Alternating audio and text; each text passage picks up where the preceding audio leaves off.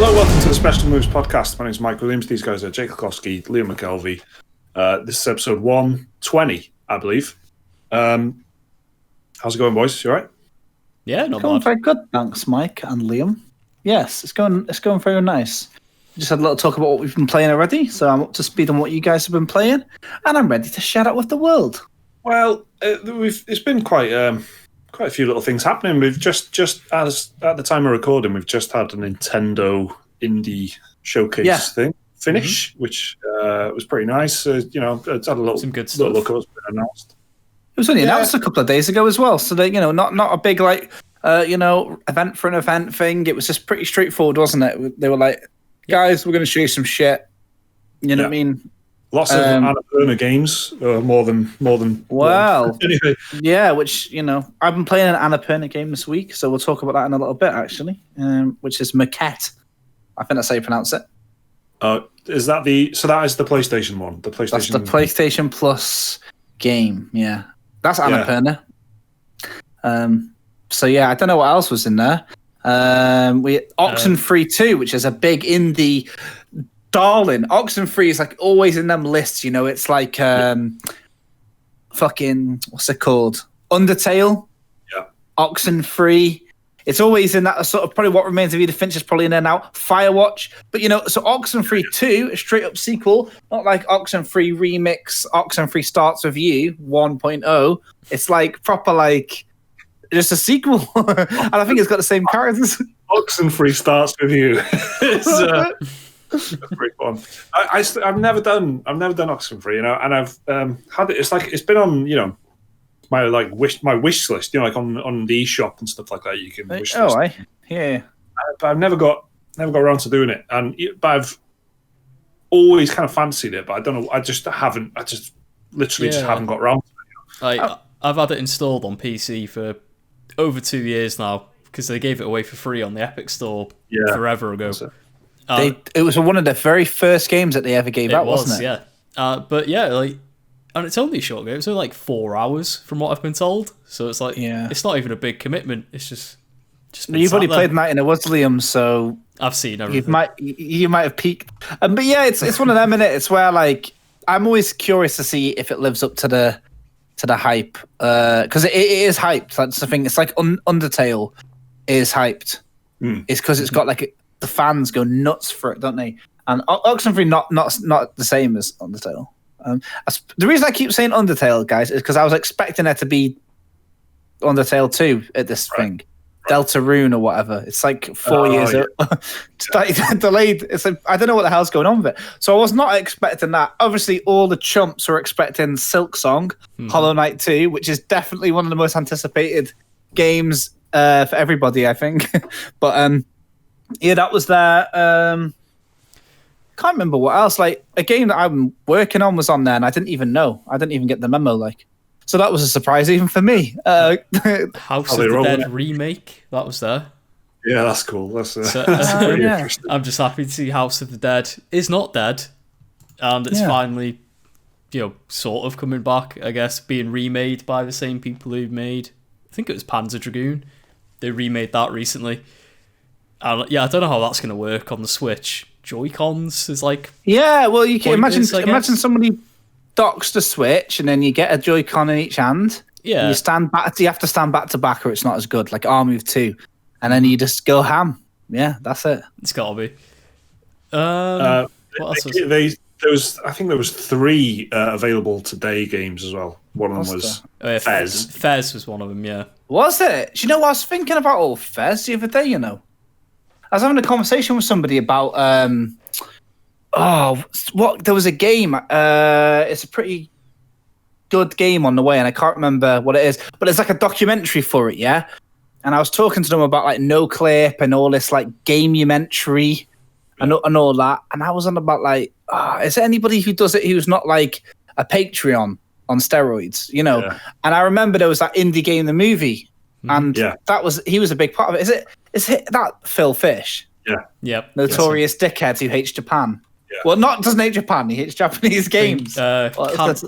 Cancelled Fez 2 in a fit of rage because someone called him out on Twitter over something. He doesn't. He doesn't come across amazingly well in that indie game. No. I think he's left game development. I think altogether. It's because have you seen those interviews at GDC or whatever? Where he's like, "What has Japan done that's interesting after Super Mario?" He's saying that Japan just can't make good games anymore. I was like, "What?" It's totally off topic. This just reminded me that there was like, did you guys see this Soviet version of Lord of the Rings? Doing their arms. Yeah. Yes. But then someone said, some fucking clickbait website had said, the Soviet version of the Lord of the Rings that nobody asked for from a country that's never made an interesting film or something. But it's the same type of thing. It's like Japan hasn't done any good games, Russia hasn't done any good movies. Criterion Collection begs to differ. Exactly. Yeah. That was pretty funny, by the way. If you haven't actually watched it, there is a really kind of stodgy, weird, soapy-looking version of government issue Lord of the Rings, which is worth having a look at. Skull. Skull, the Hero Slayer, which we visited. I bought. God, was it months ago or weeks ago? Months ago, I bought it months ago when it left early access. It's really fun. I never finished it though because it gets quite hard at the end, and I just never got to the final boss. That's a proper Switch game, that's coming out in the summer. That'll be good on the Switch. That will be good on the Switch. So I would keep an eye out for that. To be honest. So that was announced. There was a Teenage Mutant Ninja Turtles Shredder's Revenge, which was announced. This looks good. Switch. Yeah, it does. It From looks the right, people who did the Scott Pilgrim game, so I'm down straight away. There's a lot of quirky stuff. A lot of it's definitely worth having a look. There's going to be loads of articles kind of curating everything that was announced if you want to look. But if you want to look, go on. Oh, I was just gonna. Did you see Konami announced a new game there? Yeah, and it was it looks good. Yeah, water painting looking Japanese calligraphy scroll type 2D Metroidvania looking game. But I was just on a NES title, isn't it? It's based on a really old sequel to a NES game. I can't remember Fumetsu something like that. I think it's called Getsu Fumaden. That's it. But then, rolls off the tongue. Did you see the trailer for it? It's got the most aggressive guitar ever in a trailer, and it's amazing. You just have to listen to it. That's the only thing that I saw from the Nintendo Direct, apart from Oxenfree, because it was being shared. But Konami dredging up some old IP. Mm-hmm. Oh, the rumor mill is absolutely at full capacity at the moment. Do you want me to fill you guys? I'm sure Liam's already seen it, but Mike, have you seen the latest Konami rumor, the big spesh about Summer's Solid Snake? Okay, well, yeah, apparently the big rumor is September, there's going to be a Metal Gear Solid collection on PlayStation, which is Metal Gear Solid Twin Snakes, Metal Gear Solid 2, and Metal Gear Solid 3, the definitive edition or whatever the fuck it's called, remastered, and then sold separately, but you can buy it now, kind of like what Yakuza did. There's going to be Metal Gear Solid 4 remastered for PS5. Does anyone know who's doing the actual remaster? No, but because it's only a remaster, not a remake, it's as long as they're not Silent Hill remasters. Exactly. But the amount of love that's going to have to go into, apparently, according to the same rumors, apparently it's been an absolute nightmare to do 4 to the point where loads of it has been recoded. So sounds very promising. Do you know what? It sounds plausible. I say, sounding like a fool, but I think it does. 4's a weird one because it was so tailor made to the PS3, and there's loads of licensed stuff in it. There's an iPod in it. There's loads of soft. I think Coca-Cola's in it. Loads of third party stuff you'd have to renegotiate or remove from the game somehow.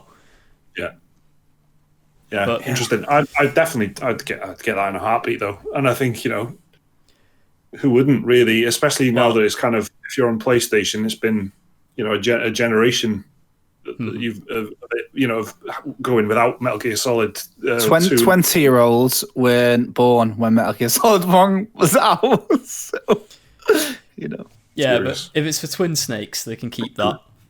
That's shit. Yeah. I know. Did you know what? I am so into the idea of this because, like, Liam hates it, which makes it really interesting because he loves Metal Gear Solid. So I always think that must be so bad it's going to be comical.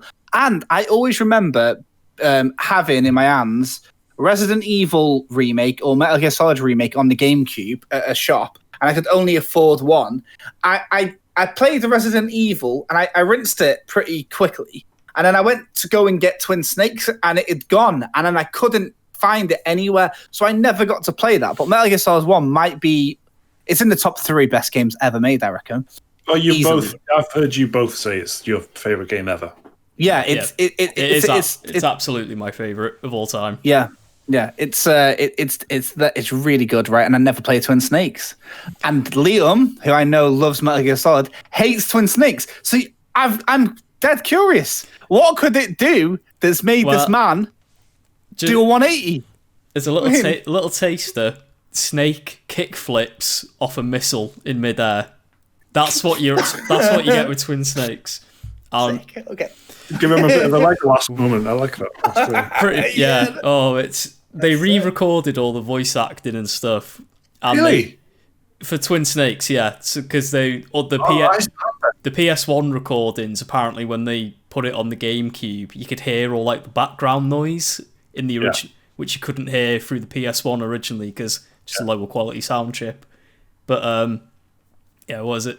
And then they brought in there's a Japanese film director who Kojima's friends with, who they brought in to be like the cinematic director, and he's known for like these really outlandish, over the top action movies, and that's what they changed all the cutscenes into.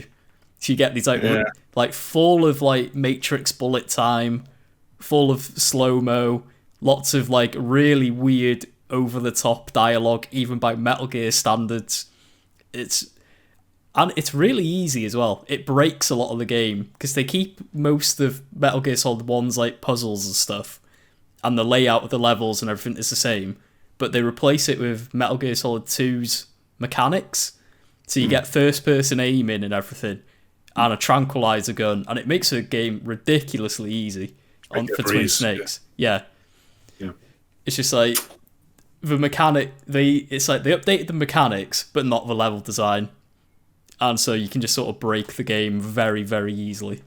Well, yeah, it doesn't sound Look forward to that. Yeah, it doesn't sound amazingly appealing. Twin Snakes does have its fans, but probably people that didn't play the original. I am not one of them fans. Well, yeah, so that's the big rumor, and of course we've got the rumor so far. It's just the elephant in the room, which is, are Konami going to do something with Silent Hill, the best IP they own potentially, well, apart from Metal Gear Solid. But it is pretty established as the best game. Which again, we've established is a bit, but yeah. So the fact that Konami are here with a game, right, not a pachinko machine, is a great thing. Yeah. Well, you can't help but be just a little bit suspicious. Just a little bit suspicious. Knowing but Konami, I'd love to see that. I'd love to see Metal Gear collection. Oh yeah, Metal Gear needs to come back in a big way, even if it is just a remaster collection. Yeah, as long as it's not that shit one that was like multiplayer. Remember that? Oh, what was that? Metal Gear Online? Survive or something. Oh, the zombie survival one. Yeah. You played that, Liam? I did play that. Yeah, it's honestly Liam's tried to repress that memory, and I've brought it back. Honestly, it's not as bad as people say it is. As far as survival games go, mechanically it's pretty decent because it's just Metal Gear Solid 5 again. Yeah. But, I remember playing their beta or whatever. They had one, didn't they? Yeah, like mechanically it's fine, but it's the most well, it's not unfortunate, the stupidest decision Konami could have made after the whole Kojima debacle and all the pachinko stuff, and saying they're leaving game development for arcades and gambling parlors instead.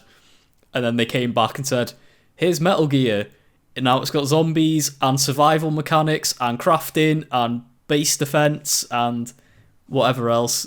Wasn't it based mainly, the image I've got in my head is a fence. I'm poking them with a stick. Zombies and a spear stabbing them through the fence. That was the most effective tactic in that game. Okay, so I didn't dream that then. That was a Metal Gear Solid game about stabbing zombies through a fence with a spear. That was quite prominently featured in one of the trailers as well, I think. So. Outwit the zombies. Yeah. But the way you could have a horde of zombies running at you in the normal game. You could just plop a bit of fence down in the middle of you, and they'd all run into it and just start poking them and then run away. Zombies. Oh, that was a game. That's brilliant. So it's not that, hopefully, but a regular Metal Gear Remaster collection. Is that the last game that they made? Probably. Well, it might be, yeah. I think it might be, Probably. That's the reason I brought it up. I'm thinking that's the last thing I remember them doing, at least. Yeah. But it wasn't that long ago, was it? It was 2 or 3 years ago. 3 years. Yeah, it would have been about 2018 or something, didn't it? Yeah, but still, damn. So Nintendo Direct. Yeah. Well, the other thing that happened is the Mass Effect. Sorry, I know I keep bringing it up. I mentioned it last week, and they're showing more trailers of this Mass Effect Legendary Edition. For a second, then I thought you meant Nintendo Direct, and I was like, "What?" Yeah, that would be fucking cool. That would be notable. But yeah, they just showed another Mass Effect trailer of the Legendary Edition, showing the graphical changes, which hesitant to say upgrades there, weren't you? A lot of the comments, I had to look through the comments, to be honest, in disbelief, because people were saying how excited, how they were like, "Oh, it looks amazing," and I kind of. I kind of think they're losing a little bit actually of what was good about it. And the sides they're showing, the originals I noticed were all kind of really dark, and I don't know if they have done that to the screenshots and the gameplay to make it look darker, or was it just that dark? I couldn't possibly figure that out. But the side by sides, just the new version just doesn't look as kind of atmospheric, and it doesn't. There's even bits that are like you can see it's technically better. Like the Mako stuff is the vehicle that you can drive in the Mass Effect trilogy. It looks a lot more detailed, and the wheels have got their own kind of independent animation thing, which looks really cool and stuff. But the actual just flipping back to the original gameplay, I'm like, but I think it looks cooler in the old one. Well, there's I'll tell you where I noticed like a lot of texture being like stripped from it was like the outside scenes with the little Nomad or whatever the car thing. Yeah, that's what I mean. Yeah, sorry. Yeah. It looks like because everything's so bright, there's no atmosphere. It's not what they did with Silent Hill. We just spoke about Silent Hill when they took the fog out, and it kind of it sometimes it's like seasoning it with grit is sometimes a little bit. Exactly. There's so much of Silent Hill that is what people say is atmosphere, which is really just static and fog. You can get very far with static and fog. Music, isn't it? Just the music, a bit of fog, and a bit of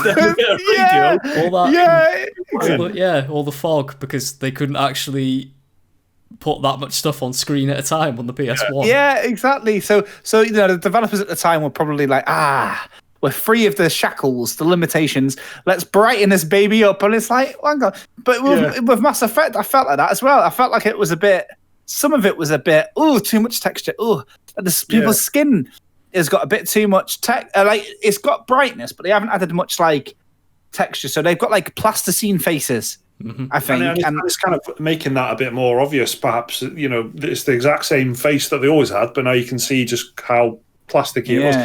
The only thing that we can't appreciate, obviously, is what it's actually like in motion, because it's going to be in 60 frames a second and it's going to be in 4K. So obviously, even just doing those two things is going to look better. It's going to be a better experience than the originals, and they're tweaking the gameplay and stuff in the first one. Yeah, exactly. The UI as well, like that looks disgusting. I think.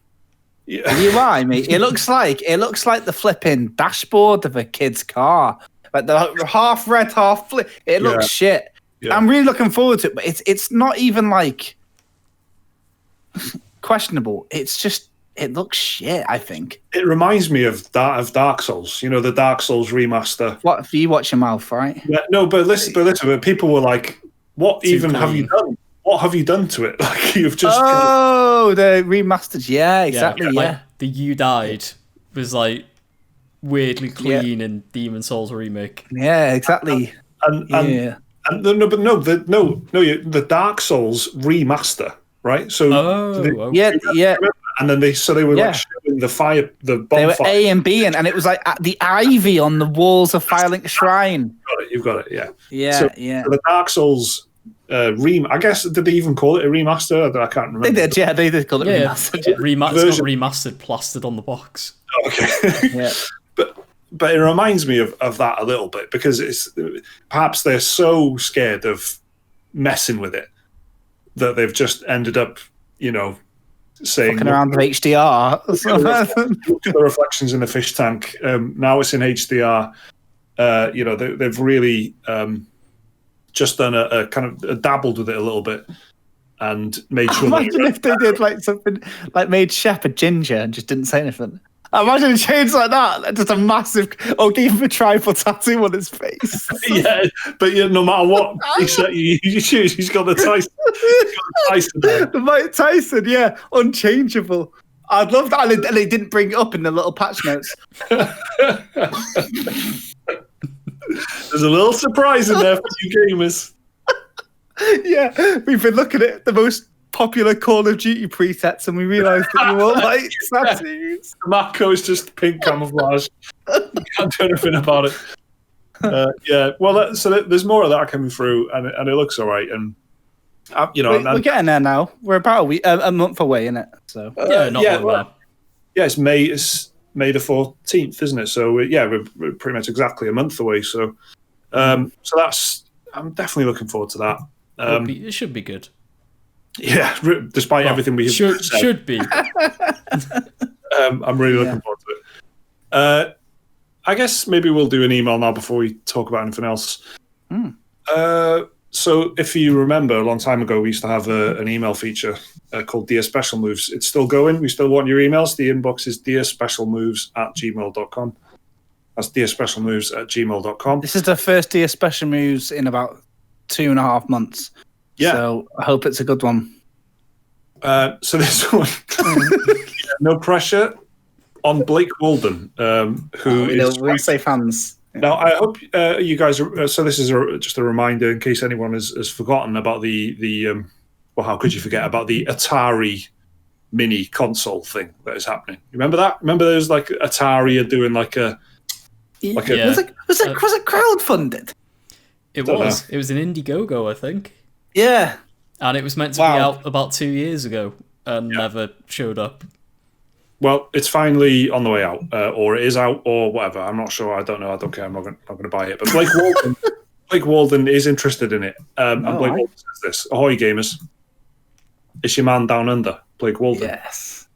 Atari is finally releasing its long-awaited console, and it costs more than a PlayStation 5 and a second controller. It's currently listed here in Australia for $849 dues." I just want to make clear the Australian currency isn't actually dollary dues, and I haven't done this. This is Blake, an Australian man who's written dollary dues himself, right? So this is all on Blake. I think it's insane that this thing even exists and is being sold for $100 dues more than a PS5. And I'm fairly convinced that it's the result of an elaborate dare that one executive made to another. It might find a life for itself as a streaming box, but without a disk drive, it's safe to say no major ports will be coming for it. I'm sure some people will add value to it by using it as an emulation box, but I think that's a bit of a cop-out because any half-decent PC can also do that, and emulation is still a legal grey area in many countries anyway. I don't know who this is for or why anyone would want it, but at $849 dues, I can sure as shit tell you that I don't want it. All the best, Blake Walden. Wow. Well, powerful email. So if I remember right, it's basically a budget laptop shoved inside a custom case. Yeah, it calls itself a console and PC hybrid, which does not sound good. And yeah, you can actually install your own OS on it and use it as a mini PC. But do you guys remember when Steam, Valve did like a Steam box? It's kind of along those lines, except worse because it can't actually play. You're not going to be able to run I don't know, Doom Eternal on nightmare settings on it. Yeah. No. But it costs more than a PS5. Well, it does to Blake. He's getting shafted because he lives in Australia and they deserve nothing. So it's because, not according to me, they deserve everything. But, they don't get Outlast, they didn't get Disco Elysium, and now they're getting charged out the arse for this. Do you know how much it is in the UK? Shocking in Australia. It's 240 quid here. So it's isn't it? It's still a lot for sure, but it's not Blake Walden money, which I will now refer to anything over a PS5. Yeah. But I'll tell you, there's no mention of the games or anything. So yeah, well, I'm assuming does it. What is special about it? I mean, does it run all the old Atari games? It's made out of walnut. Yeah, it's got the old Atari. That's all I've got. Like wood paneling type thing to it. I think it comes preloaded with like the Atari library, all the classic ones under like running in an emulator. Can't you get them in like Home Bargain? Can't you just go to Home Bargain right now and get like Game Man or whatever and play like Frogger? Probably, yeah. It comes with 1,000 officially licensed games. So that's like it's like those handhelds you see on eBay where it's like 100. That's comes with 1,000 games and it's like a dodgy ROM ripped off from somewhere. If you're saying it comes with a number of games that's in the fucking 4 digits, then you're like, Jesus. Do you want to know something? Do you want to know something? Yeah. Yeah. I'll tell you, like when you go on the games bit of its website, I'm going to tell you the 3 things that it mentions. 1, thousands of games from the 70s. 2, it tells us about Game Jolt, the platform for indies, which is a collaborative marketplace it's part of. And then 3rd, it talks about that it's got Google Chrome. So one of them's a shop, one of them's a fucking browser, and the other one's some games from the 70s. That's on your games bit of your website. It's a weird proposal, that, isn't it? Yeah. I really, yeah. Do you know, I work with a couple of 40-year-old men who have been gamers since the whatever, and they have got more money than sense because they've been working in PR for a couple of years, and they've got an office where they hide from their kids. They're the only people I think that would buy it. Do you know what I mean? Like people who are almost like not stuck in their ways, but like feel some sort of like connection. Maybe if you had an Atari when you were growing up, yeah, and it was like the shit. It's like maybe like what I'm saying is like in 15 years' time, if they were selling a PlayStation 1 Mini again, but it was made out of like, I don't know, wood or something, and it had all of the games on there, and it was 200 quid, and you were like a salary man, then you might go for it, innit? Yeah, you'd get it. Yeah. But it's a really, that's a bit of a niche market. If you don't mind me being a bit like, I was completely oblivious to it, to be honest. And if it wasn't for Blake's beautifully worded email, I wouldn't have known about the Atari console. I forgot all about it. I remember we discussed it. I can't remember if we were at the old channel or if we were here or whatever. But I remember it being announced, I suppose you'd say. But yeah, I remember us looking at it and wondering these questions then. But I guess you always hope that those questions will be answered when the game's console has been funded, backed, produced, and is out there. But guess not. If I remember right, it's like it's not even really Atari. It's some company who just bought the Atari name and is trying to make a quick buck off some nostalgia grabs. If I remember. Yeah, well, to be honest, I did kind of edit out just a few words from Blake there, where he did say it is basically a faceless conglomerate that actually has just bought the Atari name that is doing this. So Blake did say that in the email, but for some reason I didn't say it. So we'll do another email, actually, before we move on.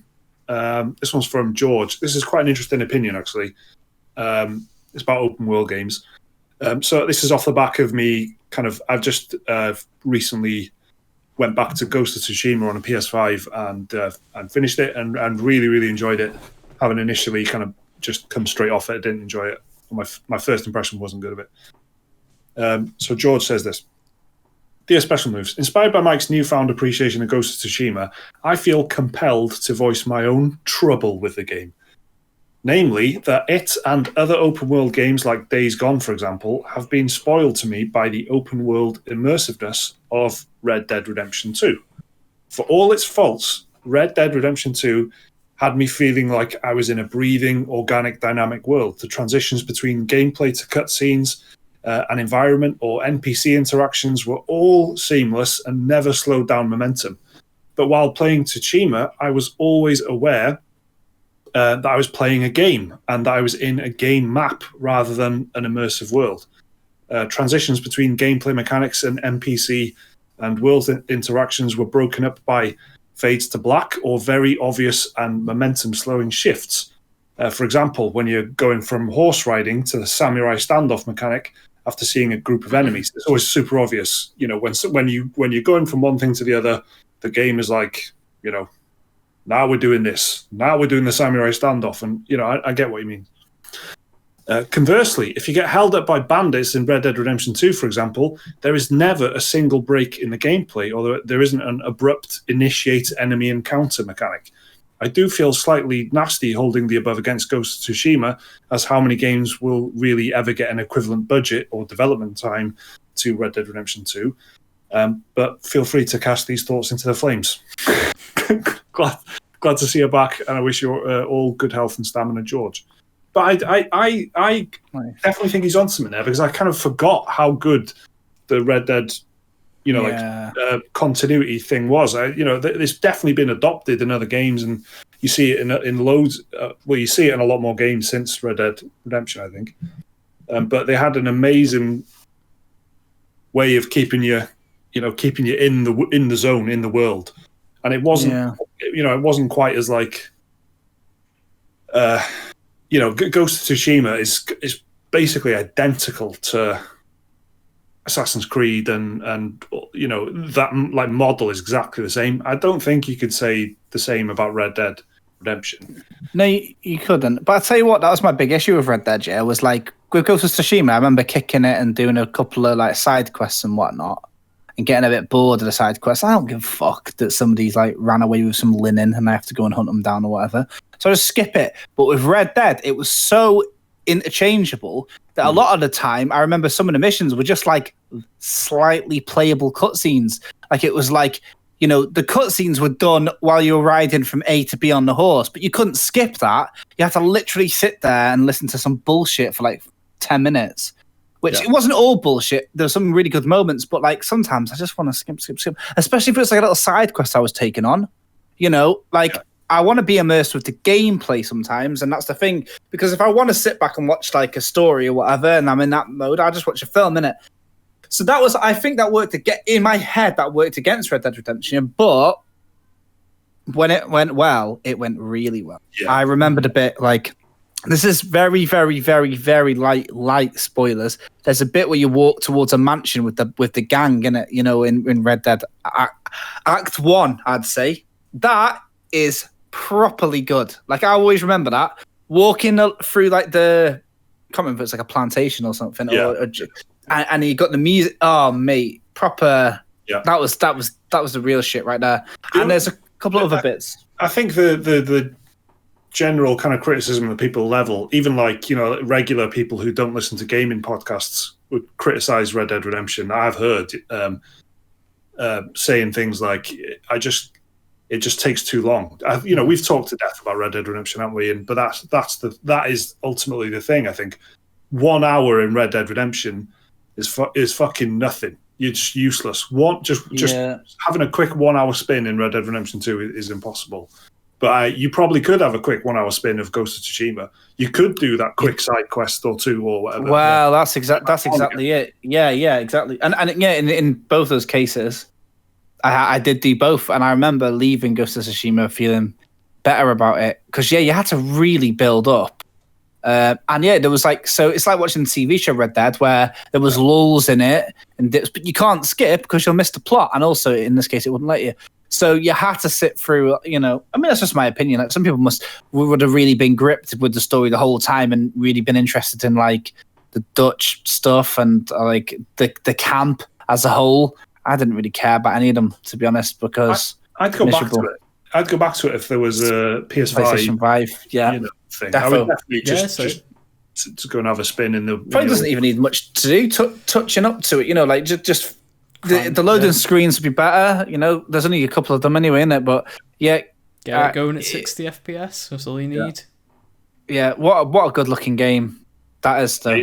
Amazing. Beautiful. Yeah, like that moment where you're coming out of the snow for the first time and you've just been conditioned to the like color palette of the game being all white and cold, and you come out of the snow into like into the trees and everything's green all of a sudden.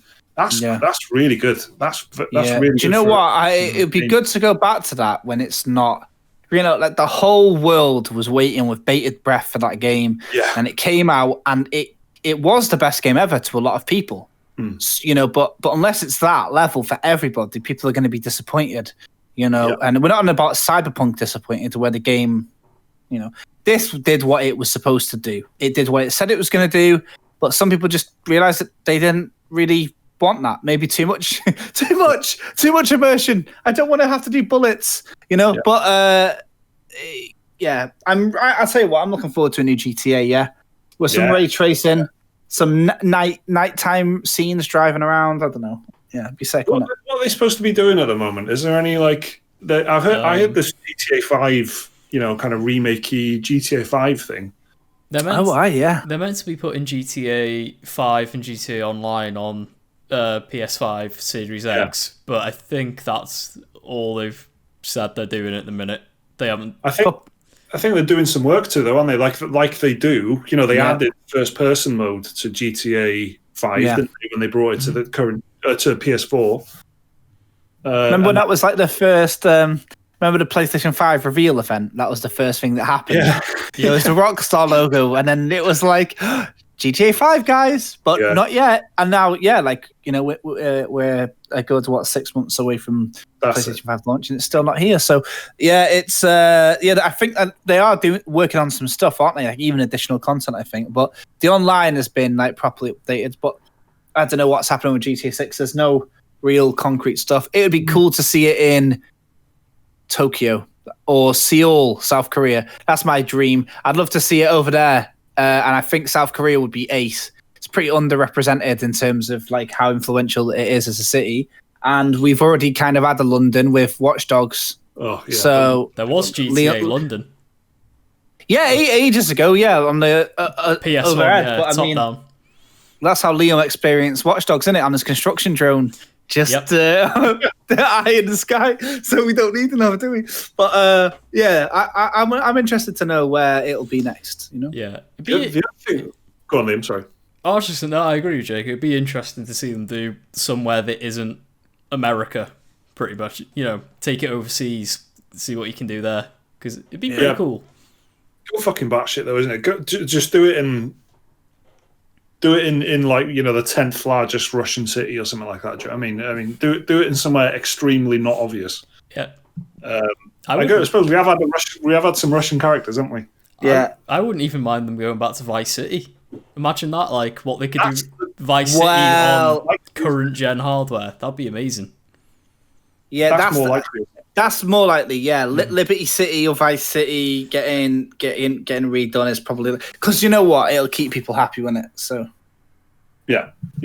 Well, I look forward to it, but I definitely would have a look at Red Dead Redemption again. But I totally appreciate what George is saying there. But to me, it's a different thing. Is Ghost of Tsushima is just more kind of video gamey, I suppose, is the only way of saying it. It's more. Yeah. It's, and that's probably what I didn't like about it in the first place. But then ultimately, I did kind of get back around to doing it. But thanks for those emails, guys. It's dearspecialmoves@gmail.com. I keep them coming in. Jake, do you want to talk about Cozy Grove? Yes, I do. Sorry. Funnily enough, nice. the Cozy Grove PR guy just messaged me this second. It wasn't saying talk about Cozy Grove. All right.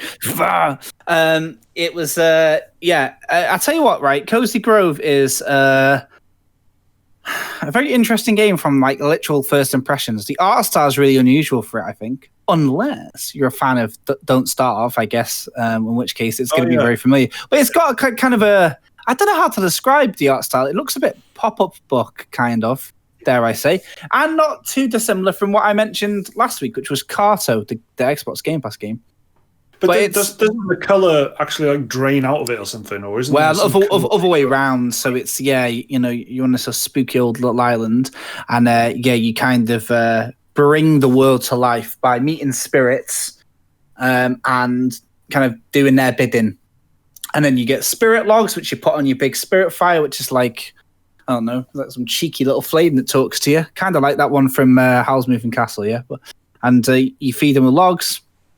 And so the story is that you're a little character on an island, like Animal Crossing, Stardew Valley, but it's not really like Stardew Valley. I think there's been a lot of people talking about that online, and I think that's probably going to harm the game in a way because people's expectations. It's not like Stardew Valley at all. You do a bit of fishing and that, but you do fishing on World of Warcraft, don't you? I don't know, but the point is, like, it's a lot more like Animal Crossing, and then.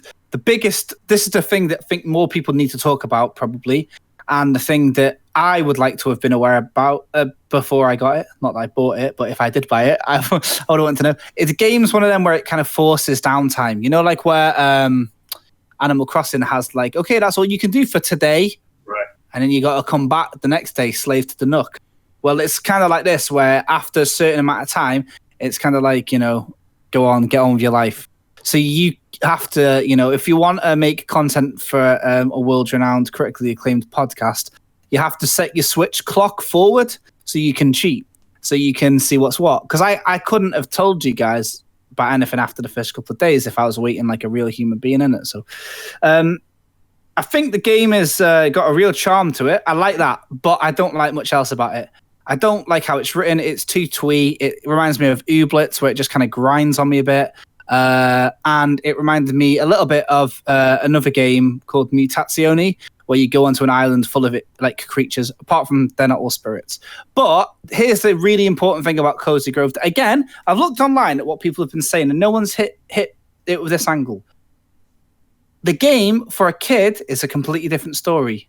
Ellie's been playing it; she's a kid, and the game. Look at the art style; like it fits that. I think one thing that kind of annoys me about the internet at the moment, and like just people generally reviewing stuff, especially Nintendo stuff, cute stuff, they review it from their perspective, like a 30-year-old man or whatever. But you got to try and, like, if you're talking about it, I want to recommend this game to people who are maybe liking that sort of routine, people who have got kids, people that want to buy a game for like a younger member of the family. It's not my thing. I actually don't really rate it. I would say if you've got like Stardew Valley, you've got Animal Crossing, you don't really need to get this one unless, and Story of Seasons just came out. So if you want Stardew Valley, play that. But if you want something a bit more Animal Crossing-y, this could be a good one. It gates your time. But again, like for a kid, though, it kind of gives them all they can do in a day, and it encourages them to go off their console and go and do stuff in the real world, right? And I wonder if that's why it was made. I don't know anything about the devs. I don't know anything about anything like that.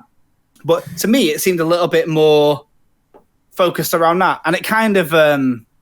I wanted to bring that up because I know that quite a few people who listen to our podcast have like been in contact with us in the comments and emails, or even me on Twitter, and said like, I bought this game with my kid, thanks for recommending it, or they even recommend games. So for parents out there, this is a good one. And do you know what else I like about it? It's got like almost a spooky vibe because, all spirits and what, but it's also dead cute. It's not like Don't Starve. It's not oppressive. Yeah. So like I couldn't, recommend it for somebody who's into a bit more of like a hardcore farm sim experience, which is what it's been like. Well, no, a hardcore farm sim, man. I know what you mean. What are you saying? But just putting all these little bits together, and like what you were saying earlier about, there's adults on YouTube and who are reviewing this game for themselves and not thinking about it as a kid. But then there's people.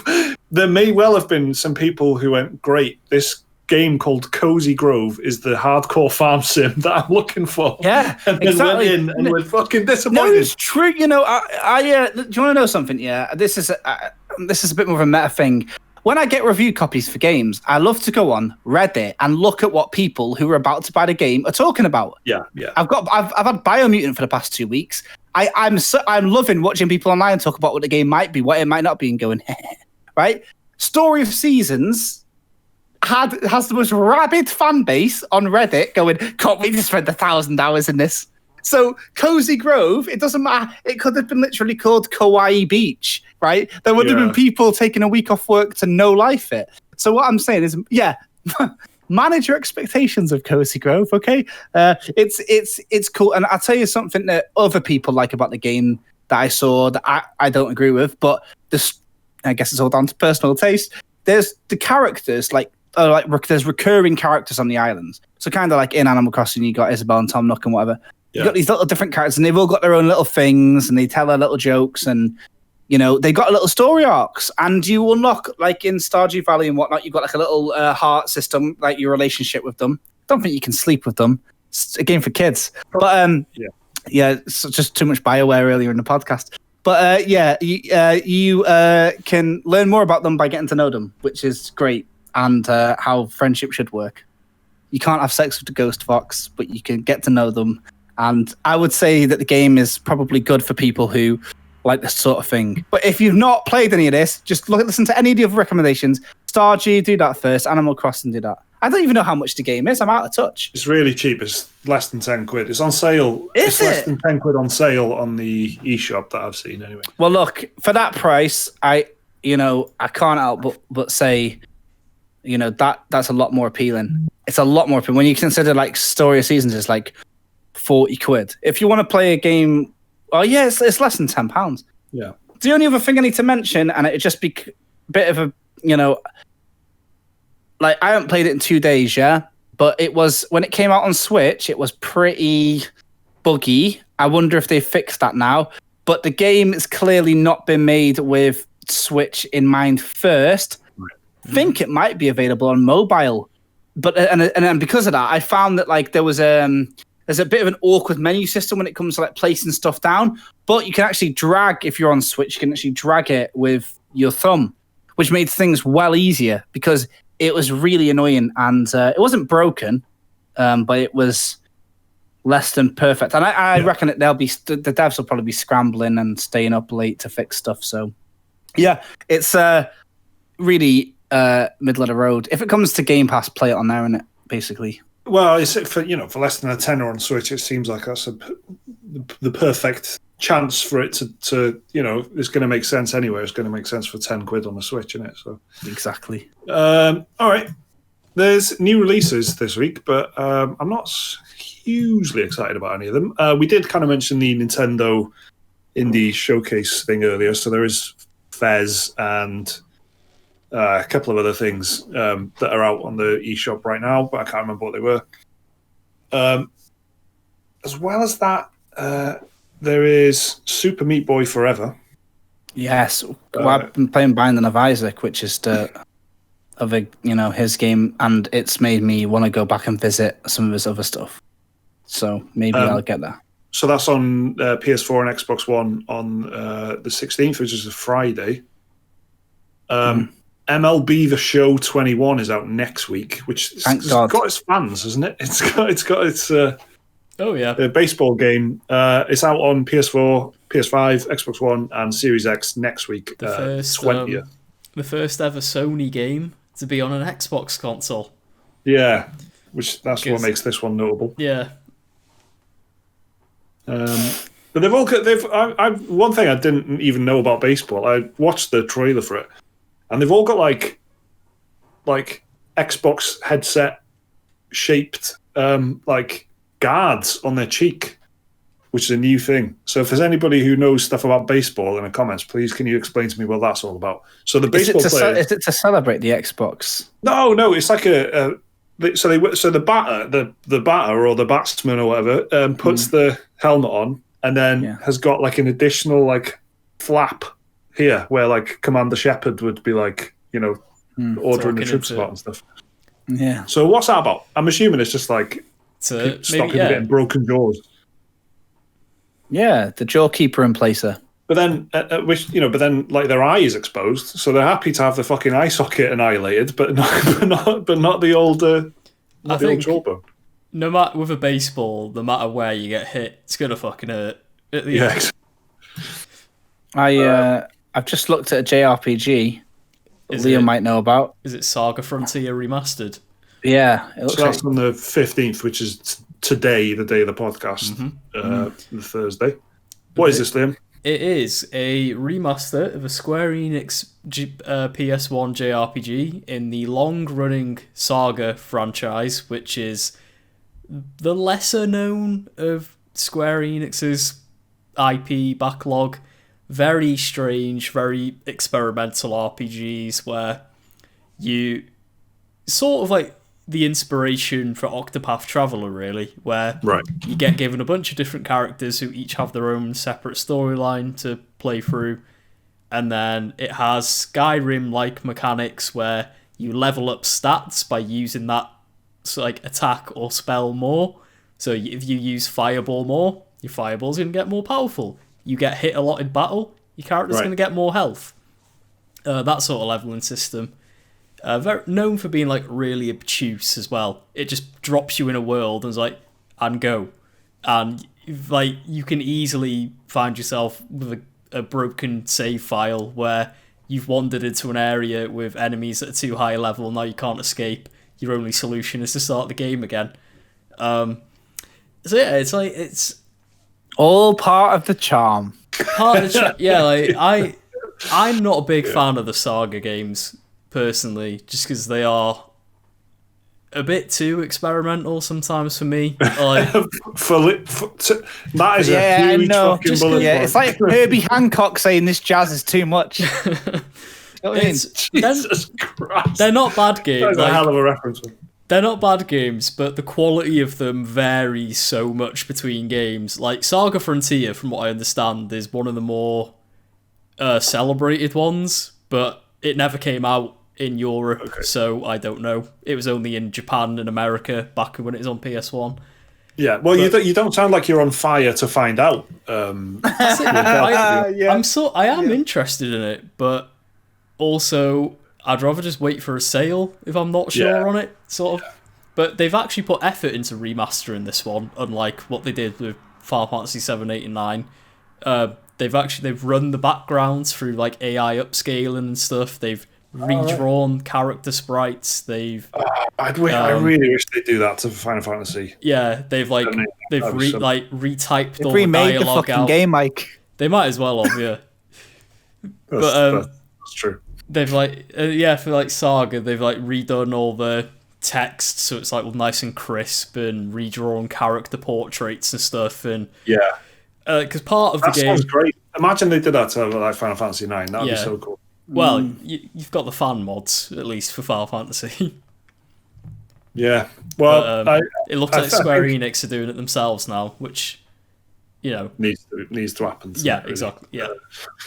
And there's one more, which is probably worth mentioning, which is the Shadow Man Remastered is coming to Shadow PC Man. same day on the 15th. I played the demo of this on the PC. Certified Dreamcast classic. This was. It wasn't, but it's alright. Yeah, it's not bad. It's not terrible, but I remember this game. I remember it 4K remaster. I remember it being really difficult. Like, I think it's the kind of game that a lot of people will remember the artwork for it. You know what I mean? Like, you would have seen that picture of the guy with the shades holding the skull. I remember getting a demo disc for when we first got our PS2 that had a preview video of Shadow Man 2 on it. I remember watching that preview about 100 times when I was a kid. Before YouTube. Before YouTube, yeah. But to be fair, that demo disc also had Klonoa, Devil May Cry. Do you remember Airblade? That hoverboard game? Yeah. I had that demo, yeah. What a demo the disc essentials. that was. Yeah. Beautiful. So that's it. That's what's happening this week. We have been doing bonus podcasts every single week for the patrons. They're a little bit shorter than usual, but they are weekly now. So if you support us on Patreon, there is now every time we do a podcast, there's an additional kind of 30 minutes, a little bit longer so far. Anyway, it's been a bit longer than that. Every week where we go off topic, talk about a bit more gaming stuff, but a lot of TV and movies and stuff, as the bonus podcast always was, but it's just a little bit easier every week to just kind of do 30 minutes of what we've been watching and stuff. So if you're a Patreon supporter, remember that you've got access to that. Just head over to the Patreon page, and you can listen to that right now if you want. There should be 2 or 3 by now. Thanks for listening. Thanks for watching. We'll be back next week for the Shadow Man special. For the probably not, but yeah. Bye.